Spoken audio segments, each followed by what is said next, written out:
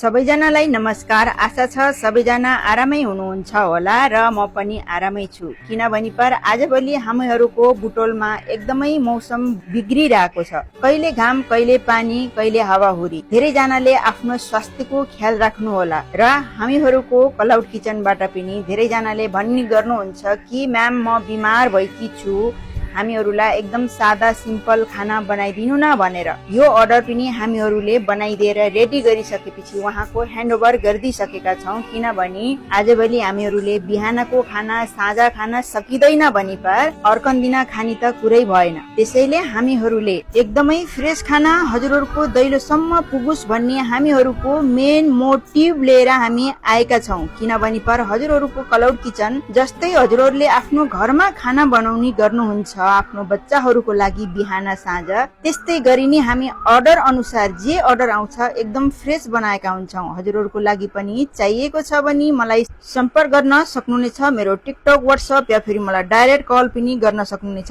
Thank you so much. Support me please. Order now.